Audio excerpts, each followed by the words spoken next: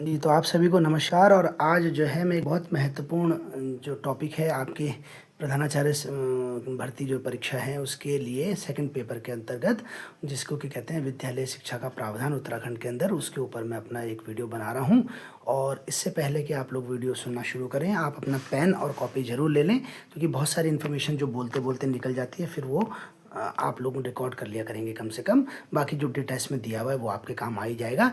और साथ साथ मेरा आप लोगों से निवेदन है कि आप थोड़ा सा शुरू होने से पहले मेरे वीडियो को जो है लाइक ज़रूर कर दीजिए। बीच बीच में जो क्वेश्चन पूछे जाएंगे उनके आंसर्स भी ज़रूर आप देते रहेंगे, जिससे आपका एक्टिव पार्टिसिपेशन भी सिद्ध हो। और साथ साथ कुछ कमी बेसी जो रह जाती है हमारे बताते समय, वो भी हम लोग आपस में मिल करके इसको सीख लें। तो आइए, सबसे पहले मैं देखता हूँ कि इसमें हमारे यहाँ हमारे उत्तराखंड में साक्षरता की जो है प्रतिशत दर क्या है। ठीक है ना। तो हमारे यहाँ उत्तराखंड की जो साक्षरता प्रतिशत दर है, आप उसको देख सकते हैं कि एक तो औसत जो एवरेज जो हमारा एजुकेशन जो लिटरेसी रेट है वो है हमारा 78.82। ये यहाँ पे हमने लिखा हुआ है, जो एवरेज रेट है वो है हमारा 78.82। अगर मेल लिटरेसी रेट बोलें तो वो हमारा 87.40 हो जाता है। 87.40 मेल रेट हो जाता है। और अगर फीमेल की बात करें तो जो यहाँ पे 64.60 दे रखा है, इसकी जगह ये 70.01% है। इसको ध्यान रखेंगे आप लोग। ये मैंने जो है देवकी नंदन वाली जो समग्र वाली है उसकी बुक से लिया हुआ है। तो इसको डेटा को यहाँ पे कुछ कमी आ रही है, तो इसको यहाँ से हटा देंगे। 70.01 हमारी फीमेल एजुकेशन लिटरेसी रेट है, मतलब। ठीक है। तो इस तरीके से हम लोग कह सकते हैं कि 2011 के हिसाब से जो हमारा एवरेज रेट रहा है वो 78.82% रहा है, जो कि हमारे जो नेशनल एवरेज है, जो कि नेशनल एवरेज था हमारा 74.04%, उससे ज़्यादा रहा। ठीक है ना। और कितना ज़्यादा रहा कह सकते हैं, तो 4.8% तक ज़्यादा रहा, ये कह सकते हैं। और साथ साथ ये भी हम देख सकते हैं कि ये डेटा ज़्यादा होने के कारण क्या कर रहा है, ये अपवर्ड ट्रेंड कर रहा है। क्या कह सकते हैं हम इसको, अपवर्ड ट्रेंड कर रहा है। तो ये भी इन्फॉर्मेशन आपके काम आ जाएगी। साथ साथ ये भी क्वेश्चन पूछा जाता है कि लिटरेसी में हमारे औसत लिटरेसी में हमारे स्टेट की क्या रैंकिंग है, तो 17वीं रैंकिंग है हमारी स्टेट लिटरेसी की एवरेज रैंकिंग। ठीक है ना। जबकि पुरुष साक्षरता पे जो है हम 13वें नंबर पे और महिला साक्षरता पे 20वें नंबर पे आते हैं। तो हमारी महिला साक्षरता काफ़ी पीछे है। इसको भी हम एक तरीके से यहाँ से टेक अवे मैसेज के रूप में ले जा सकते हैं।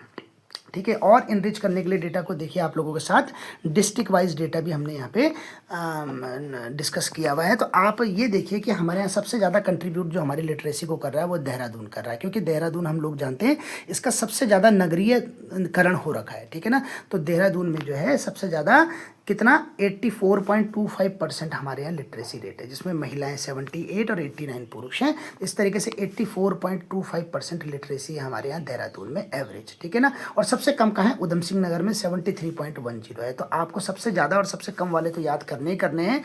मैं साथ साथ ये भी कहूँगा कि अगर हो सके तो आप पहले, दूसरे, तीसरे, चौथे, फर्स्ट 4 और लास्ट 4 को भी याद कर लें। तो इस तरीके से देहरादून, नैनीताल, चमोली, पिथौरागढ़ पहले चार क्रम में, और नीचे से सबसे ज़्यादा उधम सिंह नगर, फिर हरिद्वार, फिर उत्तरकाशी और टिहरी गढ़वाल, ये सबसे कम साक्षरता वाले जिले हैं हमारे स्टेट में। ठीक है जी। इतना आप लोग याद कर लीजिए। अब इसके बाद आगे बढ़ते हैं और आपको डेटा को और कुछ आगे बढ़ाते हुए समझते हैं कि हमारे यहाँ बच्चों की साक्षरता की दर क्या है। ठीक है ना। तो बच्चों की साक्षरता की दर को इसमें क्या कर रखा है, दो अलग अलग आयु वर्ग पे डिवाइड कर रखा है। 2011 के सेंसस के अनुसार जो 7 से 10 वर्ष की आयु के जो बच्चे हैं, टोटल बच्चों की संख्या है 8 लाख, कितना, 8,87,000 कुछ है ना, इतनी संख्या है बच्चों की। 8,78,000 जो बच्चे हैं उनमें से 88.18% जो है हमारा एवरेज साक्षरता है बच्चों की इस आयु वर्ग के अंदर, जिसमें ग्रामीण क्षेत्र के 72.75 और जो शहरी क्षेत्र में 88.40% साक्षरता है 7 से 10 आयु वर्ग के बच्चों की। वहीं अगर हम 11 से 17 आयु वर्ग के बच्चों को देखें तो 15,66,000 के तकरीबन बच्चे हैं, जिनमें से 95.12% की एवरेज साक्षरता है, जिसमें कि ग्रामीण क्षेत्र में 72 और नगरीय क्षेत्रों में 95% तक की साक्षरता आती है। अब आ जाते हैं विद्यालयों की स्थिति के अंदर। ठीक है ना। तो विद्यालयों की स्थिति की जो इन्होंने रिपोर्ट यहाँ पे पब्लिश की हुई है, कि इन्होंने ये एसएस स्टडी पॉइंट वाले हैं, जिनके पास इससे संबंधित जो है स्टडी मटेरियल ये प्रोवाइड कर रहे हैं, साथ साथ तैयारी करवा रहे हैं। तो इन्होंने जो ये डेटा दे रखा है एसएस स्टडी पॉइंट वालों ने, इन्हीं का मैंने डेटा, मतलब इनकी मेरे को ये डेटा मिला तो मैं इन्हीं के सौजन्य से ये वीडियो बना रहा हूँ। तो इसमें आपने यूडाइस 2011, 21 और 2022 के अनुसार जो है ना डेटा फीड किया हुआ है। तो 2021-22 के अनुसार अनुसार अगर हम लोग देखें तो इसमें हमारे जो स्कूलों की संख्या दे रखी है उससे काफ़ी कमी आ चुकी है। आज की डेट में बहुत सारे स्कूल बंद हुए, ये तो हम लोगों को पता ही है। तो मैंने जो लेटेस्ट डेटा आप लोगों के लिए निकाला है वो एजुकेशन पोर्टल जो हमारा है ना, उत्तराखंड शिक्षा का एजुकेशन पोर्टल .gov.in के नाम से ना, uk.gov.in के नाम से, मैंने वहाँ से क्या है ना डेटा आपका जो है निकाला है। और उस डेटा के हिसाब से अगर हम लोग देखें तो हमारे पास जो प्राइमरी के स्कूल हैं वो है हमारे पास 12,080 स्कूल हैं अभी, ठीक है ना। जूनियर के स्कूल 3437 स्कूल हमारे पास जूनियर के हैं, जबकि सेकेंडरी जिसमें कि 10th के भी और 12th के भी दोनों को जोड़ के देखें तो 2314 स्कूल हमारे पास आ रहे हैं, ठीक है ना। तो ये स्कूलों की जो संख्या है इसको अब आप यहाँ पे दिए गए डेटा से मैच करा सकते हैं कि कितने स्कूल यहाँ पे बंद हो चुके हैं। बहरहाल बंद होने जैसा तो कोई क्वेश्चन आएगा नहीं मुझे पता है, लेकिन आप लोगों ने ध्यान रखना है कि हमारे इतने स्कूल हैं। इन टोटल हमारे पास 17,831 विद्यालय हैं आज की डेट में सारे वर्गों में। और टीचरों की संख्या बोली जाए तो 52,786 टीचर हैं, जबकि अगर नॉन टीचिंग की बात बोली जाए तो 7,112। आपको ये भी याद रखना है कि ये हमारे पास क्या है, नॉन टीचिंग की संख्या है, ठीक है। मैंने जो आपको डेटा दिया है निश्चित रूप में वो लेटेस्ट डेटा है, क्योंकि एजुकेशन पोर्टल से मैंने निकाला हुआ है, उसको आप इससे कंपेयर कर सकते हैं। ये 2021-22 के अनुसार, कभी कभी वो क्वेश्चन ये भी पूछ सकते हैं यूडाइज रिपोर्ट 2021-22, हो सकता है यूडाइज रिपोर्ट समय समय पर मतलब फ्लैश होती हो तो उसके डेटा का रेफरेंस भी दे सकते हैं, ठीक है। इस तरीके से पंजीकृत छात्रों के जानकारी भी इसमें दे रखी है। अब इसके बाद आप आगे आइए, इसमें एक और चीज़ दे रखी है, देखिए यहाँ पे बोल रखा है पूरे राज्य में 500 वर्चुअल क्लासरूम संचालित हो रहे हैं इस समय, ठीक है ना। वर्चुअल क्लासरूम हमें पता है SCERT से देहरादून से जो है ऑनलाइन क्लासेस चलाने के लिए व्यवस्था है हमारे शिक्षा विभाग की। तो वर्चुअल क्लासरूम में ये बता रहे हैं 500 विद्यालयों को एज ए वर्चुअल क्लासरूम हम इन लोगों ने क्या है तैयार कर रखा है। लेकिन मैंने अगेन टाइम्स ऑफ इंडिया के फरवरी 2024 के एक अंक में मतलब ये रेफरेंस लिया है, वहाँ से उन्होंने कहा था कि 850 नए विद्यालय और खुलेंगे, 850 नए वर्चुअल क्लासरूम्स और खुलेंगे। तो 850 अगर और खुल जाते हैं तो 500 अभी हैं, तो ये 1350 की संख्या हो सकती है, हो गई हो। लेकिन फिर अगेन वही बात है कि लेटेस्ट डेटा क्या है, इसके लिए अगर किसी गुरुजन को इसकी जानकारी है तो कृपया वो भी जो है कमेंट में ज़रूर शेयर कर लें आप, ठीक है ना। तो ये क्लासरूम हमारे पास टोटल इतने हैं, ठीक है ना। 500 यहाँ पे लिखे हुए हैं और 850 मैंने आप लोगों को टाइम्स ऑफ इंडिया का हवाला दिया। एक और इम्पॉर्टेंट नाम आता है TCIL का नाम आता है, ठीक है ना।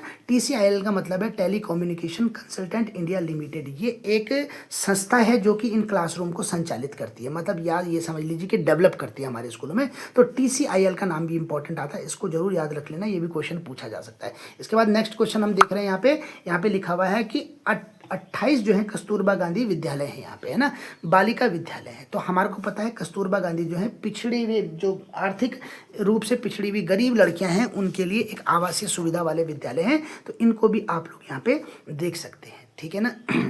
इसके अलावा हम लोग राजीव नवोदय विद्यालय को भी देख सकते हैं कि विद्यालय कितने हैं हमारे पास, राजीव नवोदय विद्यालय। साथ साथ हम लोग देख सकते हैं कि हमारे पास जवाहर नवोदय विद्यालय कितने हैं। साथ साथ हम केंद्रीय विद्यालय जो हैं वो भी हम देख सकते हैं कितने हैं, और एकलव्य विद्यालय कितने हैं वो भी देख सकते हैं। तो ये भी हमारे यहाँ व्यवस्थाएँ, मतलब विद्यालय शिक्षा की व्यवस्थाएँ, तो इनका डेटा भी मैं डेफिनेटली इसमें डाल दूंगा कहीं ना कहीं। लेकिन इस तरीके से हमारे पास ये विद्यालय हैं तो इनकी हम जानकारी ले सकते हैं। इसके अलावा देखिए ये बता रहे हैं कि पाठशाला में anganwadi, junior high school, intermediate school, ठीक है ना, और हाई स्कूल भी ये सब चलाए जा रहे हैं। और मुख्य रूप से CBSE से, उत्तराखंड बोर्ड से, साथ ही ICSE से, मदरसा बोर्डों से और राष्ट्रीय मुक्त विश्वविद्यालयों से संचालित भी कुछ स्कूल हैं हमारे पास, मतलब NIOS से संचालित भी कुछ सेंटर हैं इनके पास उत्तराखंड के अंदर जो चल रहे हैं। तो ये डेटा भी हमारे लिए कहीं कहीं काम आ सकता है।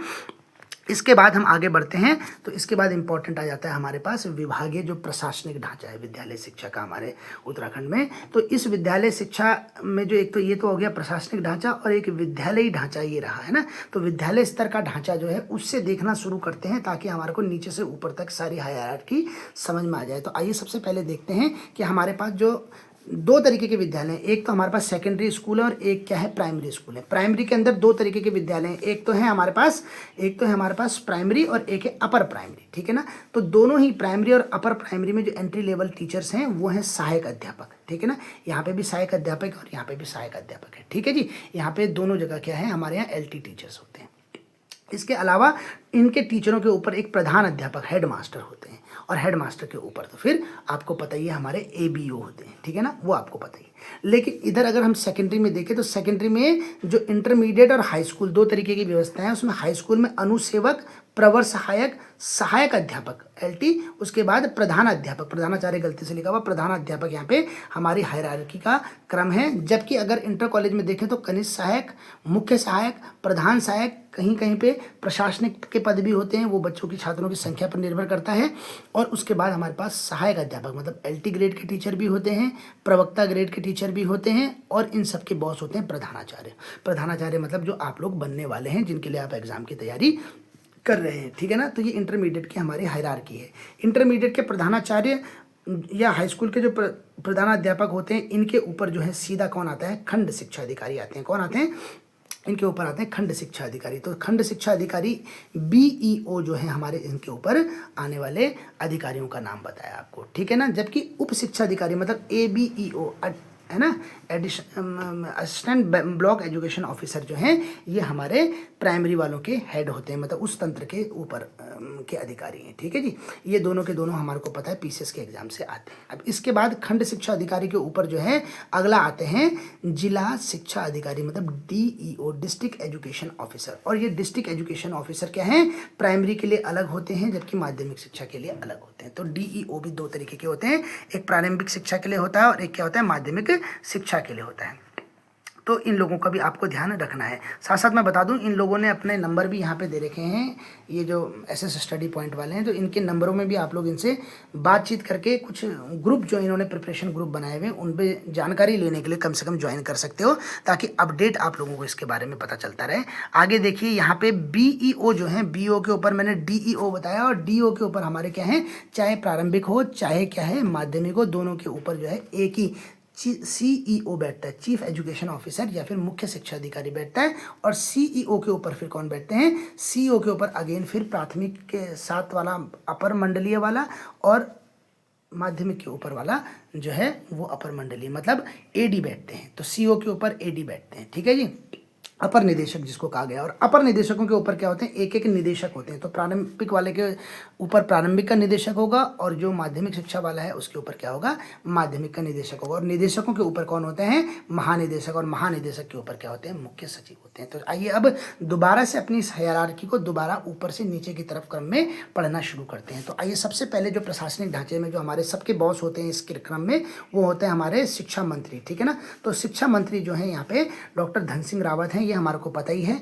और बात रही इसकी कि कौन क्या है, तो वो आपको लेटेस्ट ही तब मतलब एग्जाम से कुछ दिनों पहले ही लेटेस्ट होना पड़ेगा, लेकिन वर्तमान की जो स्थिति है वो मैं आपके साथ अभी डिस्कस कर लेता हूँ। तो हमारे जो शिक्षा मंत्री हैं वो डॉक्टर धन सिंह रावत हैं। ये विद्यालय शिक्षा के भी मंत्री हैं, उच्च शिक्षा के भी मंत्री हैं, साथ ही साथ स्वास्थ्य मंत्री भी हैं, सहकारिता मंत्री भी, बहुत सारे पोर्टफोलियो इनके पास है। इसके बाद ये तो शासनिक पद है, ठीक है ना, शासन है। लेकिन शासन के बाद आता है प्रशासन। प्रशासन में जो है सबसे जो ऊपर होते हैं हमारे यहाँ पे, वो होते हैं हमारे विद्यालय शिक्षा के सचिव मतलब सेक्रेटरी, ठीक है ना। तो हमारे जो सेक्रेटरी जो होते हैं विद्यालय शिक्षा के सेक्रेटरी, उनका नाम है रविनाथ रमन, रविनाथ रमन, ठीक है जी। रविनाथ रमन जो है हमारे यहाँ के सेक्रेटरी ऑफ स्कूल एजुकेशन है, ठीक है। अब इस सेक्रेटरी के अंदर वैसे एडिशनल AD भी होते हैं, मतलब क्या बोल सकते हैं, एडिशनल सेक्रेटरी भी होते हैं। तो एडिशनल सेक्रेटरी भी जो है अपर सचिव भी होते हैं। और अपर सचिव कौन है ये मुझे तो खैर जानकारी नहीं, लेकिन किसी गुरुजन को पता है, अगर है तो ये भी हो सकता है कि एडिशनल सेक्रेटरी कोई ना हो, लेकिन अगर कोई एडिशनल सेक्रेटरी है तो कृपया आप लोग उनका नाम भी जो है कमेंट में जरूर डालिएगा, ताकि हमारे को सभी लोगों को इसका एनहेंसमेंट मिल पाए, ठीक है जी। अब उसके नीचे आते हैं हमारे महानिदेशक, ठीक है ना। तो इसके बाद आते हैं हमारे महानिदेशक, जिसे हम डायरेक्टर जनरल कहते हैं, DG बोलते हैं, ठीक है ना। तो डायरेक्टर जनरल ऑफ विद्यालय एजुकेशन क्या है, D से ही उनका नाम है, दीप्ति सिंह, ठीक है ना। दीप्ति सिंह महिला जो है ये हमारी क्या है, डायरेक्टर जनरल है, DG, ठीक है। तो ये है हमारी DG। अब DG के बारे में एक बात और जानना है, जो महानिदेशक हमारे विद्यालय शिक्षा का होता है वो एक तरीके से जिसे कहते हैं बाय डिफॉल्ट जो है ना, एक्स ऑफिसियो बोलते हैं इसको, एक्स ऑफिसियो वर्ड आता है, ये आगे भी कहीं आपको सुनाई देगा।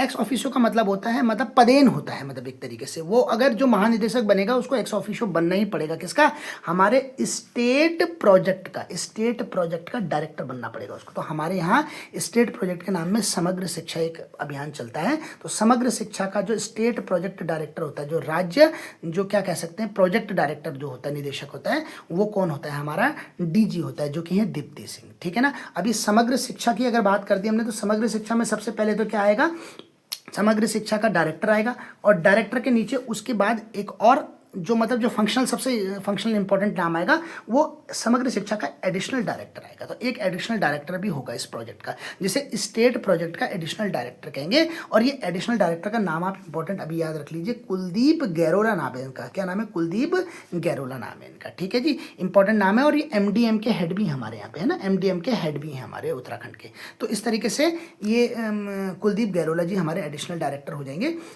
और एडिशनल डायरेक्टर के बाद जो AD के नीचे जो आते हैं, वो आते हैं सीधा हमारे क्या हैं, डिस्ट्रिक्ट के प्रोजेक्ट ऑफिसर। ठीक है ना, डिस्ट्रिक्ट प्रोजेक्ट ऑफिसर। तो डिस्ट्रिक्ट प्रोजेक्ट ऑफिसर कोई और नहीं बल्कि CEO होता है। और ब्लॉक प्रोजेक्ट ऑफिसर जो होते हैं वो BEO होते हैं। कौन होते हैं, BEO होते हैं। तो मैंने आप लोगों को बोला AD के नीचे CO और CO के नीचे BO, और BEO के नीचे जो है ना, एक होता है ब्लॉक रिसोर्स पर्सन BRP, और एक होता है CRP क्लस्टर रिसोर्स पर्सन। तो ये दो CRP और BRP भी होते हैं। तो इसको भी आप लोगों को जरूर ध्यान से जान लेना चाहिए। तो इतनी बात हमने DG के बारे में बता दी, और DG बाय डिफ़ॉल्ट जो हमारा समग्र शिक्षा का जो हेड होता है उसके बारे में हमने ये बात बता दी। अब इसके बाद महानिदेशक के नीचे आते हैं जी 3 निदेशक। 3 तरीके के निदेशक आ रहे हैं। एक तो माध्यमिक शिक्षा का निदेशक आ रहा है, एक प्रारंभिक शिक्षा का निदेशक आ रहा है, और एक निदेशक आ रहा है अकादमिक शोध एवं प्रशिक्षण, जिसे ART आर्ट बोलते हैं। ठीक है, इसके बारे में सबके बारे में मैं आपको बताऊंगा, पर सबसे पहले आ जाते हैं हम निदेशक माध्यमिक शिक्षा के बारे में। निदेशक माध्यमिक शिक्षा वर्तमान में हमारे कौन है, डॉक्टर मुकुल कुमार सती। मुकुल कुमार सती हैं ये। ठीक है जी, तो ये हमारे क्या हैं, माध्यमिक शिक्षा के निदेशक हैं। अब जो हमारे माध्यमिक शिक्षा का निदेशक होगा, वो उस पर 2 पोर्टफोलियो होंगे। एक तो उस पर परीक्षा होगी माध्यमिक शिक्षा में, क्योंकि बोर्ड कहाँ होते हैं, परिषदीय परीक्षा कहाँ होती है, तो परिषदीय परीक्षा भी जो है 10th में 12th में होती है। और साथ साथ उसके पास क्या होगा, अपना मतलब जो है जो शिक्षण का हेड होगा वो। ठीक है ना, तो वो एक तो विद्यालय शिक्षा के उसका निदेशक होगा, और साथ ही परीक्षा का भी निदेशक होगा। तो इस तरीके से हमारे यहाँ से 2 ब्रांचेस खींच जाती है। एक तो हमारा आता है विद्यालय परीक्षा परिषद। ठीक है ना, जिसको हमने क्या बोलते हैं, UBSC बोलते हैं, Uttarakhand board of school education है ना, UBSC विद्यालय परीक्षा परिषद। तो विद्यालय परीक्षा परिषद का निदेशक, हमारा जो निदेशक है वो इसका क्या होता है, चेयरमैन होता है। याद रखना, ये हमारा चेयरमैन होता है इसका। ठीक है ना, बॉस होता है, बाय डिफॉल्ट होता है। ये भी एक्स ऑफिशियो बोल सकते हैं आप इसको। जो भी निदेशक बनेगा ये अपने आप ही क्या बन जाएगा, UBSC का चेयरमैन बन जाएगा। लेकिन जो इसके नीचे जो फंक्शनल बॉडी होती है वो होते हैं सचिव। ये इंपॉर्टेंट नाम होता है, जो सचिव विद्यालय परीक्षा परिषद होता है, ये एक इंपॉर्टेंट नाम होता है। सेक्रेटरी जो है वर्तमान में इस पोस्ट में जो है विनोद प्रसाद सेमल्टी कोई है, विनोद प्रसाद सेमल्टी जी। ये जो है इसकी क्या है, विद्यालय परीक्षा परिषद के जो हैं सचिव हैं। इनका नाम आप जरूर याद रख लें। तो विद्यालय परीक्षा परिषद के सचिव होंगे। सचिव के बाद इन्होंने यहाँ पे लिखा हुआ अपर सचिव होंगे। अपर सचिव के नीचे संयुक्त सचिव होंगे और उप सचिव होंगे। तो ये इनका ढांचा है। ठीक है ना, इसके लिए हम ubsc.gov uk.gov.in को भी देख सकते हैं, अगर हम इस हायरार्की को समझना चाहते हैं, जो आपने बोर्ड वाली हायरार्की समझी यहाँ पे है ना। अब बोर्ड वाली हायरार्की के अलावा दूसरे नंबर पे आ जाते हैं हमारा जो है शिक्षा के जो वो है ढांचा। उसमें हमारा जो निदेशक है जो कि मुकुल कुमार सती हैं, वो बॉस हैं किसके, शिक्षा उसके विद्यालय शिक्षा के भी। ठीक है ना, मतलब निदेशक हैं। और निदेशक के नीचे आते हैं हमारे क्या आते हैं, मंडलीय अपर निदेशक। क्या आते हैं, AD मंडल मतलब AD कुमाऊं और AD गढ़वाल। ठीक है ना, AD गढ़वाल और AD कुमाऊं हमारे आते हैं। तो AD गढ़वाल और AD कुमाऊं का भी हमारे को इंपॉर्टेंट नाम जानना जरूरी है। अब इनमें से जो AD गढ़वाल हैं वो तो है कंचन देवराड़ी। कंचन देवराड़ी जो है ये हमारी क्या है, माध्यमिक शिक्षा की अपर निदेशक है, मंडलीय अपर निदेशक गढ़वाल है। ठीक है, और हमारे गुरुजी हैं अजय उनियाल जी, उन्होंने मेरे को बताया कि यही जो है प्रारंभिक शिक्षा के भी अपर निदेशक हैं। कौन, ये कंचन देवराड़ी। लेकिन जो कुमाऊं मंडल के जो अपर निदेशक हैं उनका नाम कृपा करके आप लोग बताएं कि प्रारंभिक शिक्षा और माध्यमिक शिक्षा में अपर निदेशक कौन है, उनका नाम आप मुझे जरूर बताएं। ठीक है ना, कमेंट में बताएं। इसके बाद हमारे यहाँ अपर निदेशक के बाद आते हैं हमारे 13 डिस्ट्रिक्टों के 13 मुख्य शिक्षा अधिकारी। और मुख्य शिक्षा अधिकारी के अंदर अगेन मैंने जैसे बताया भी कि जिला शिक्षा अधिकारी मतलब DEO माध्यमिक और बेसिक दोनों आते हैं। और DEO माध्यमिक के नीचे आता है BEO और DEO प्रारंभिक के नीचे आता है ABEO। ठीक है ना, तो इतने नाम आप लोगों को ध्यान रखने। अब इसी तरीके से निदेशक प्रारंभिक शिक्षा, अभी निदेशक माध्यमिक शिक्षा को तो मैंने बताया था, निदेशक प्रारंभिक शिक्षा जो है इनका नाम भी जानना जरूरी है। ये एक अजय नौडियाल है, इनका नाम अजय नौडियाल। ठीक है ना। तो अजय नौडियाल जी जो हैं ये ये मतलब हमारे प्रारंभिक शिक्षा के निदेशक हैं, ठीक है जी। अब इसके बाद प्रारंभिक शिक्षा की बात कर ली, तो उसके बाद आ जाते हैं हम जो अपना अगला डिपार्टमेंट बच रहा है, इसका नाम है जी हमारा ART, ठीक है ना। ART मतलब academy of research and training. इसके जो निदेशक हैं ये हैं वंदना गबरियाल मैडम है। वंदना गबरियाल जो मैडम है ये क्या हैं, ये हैं डायरेक्टर ART आर्ट।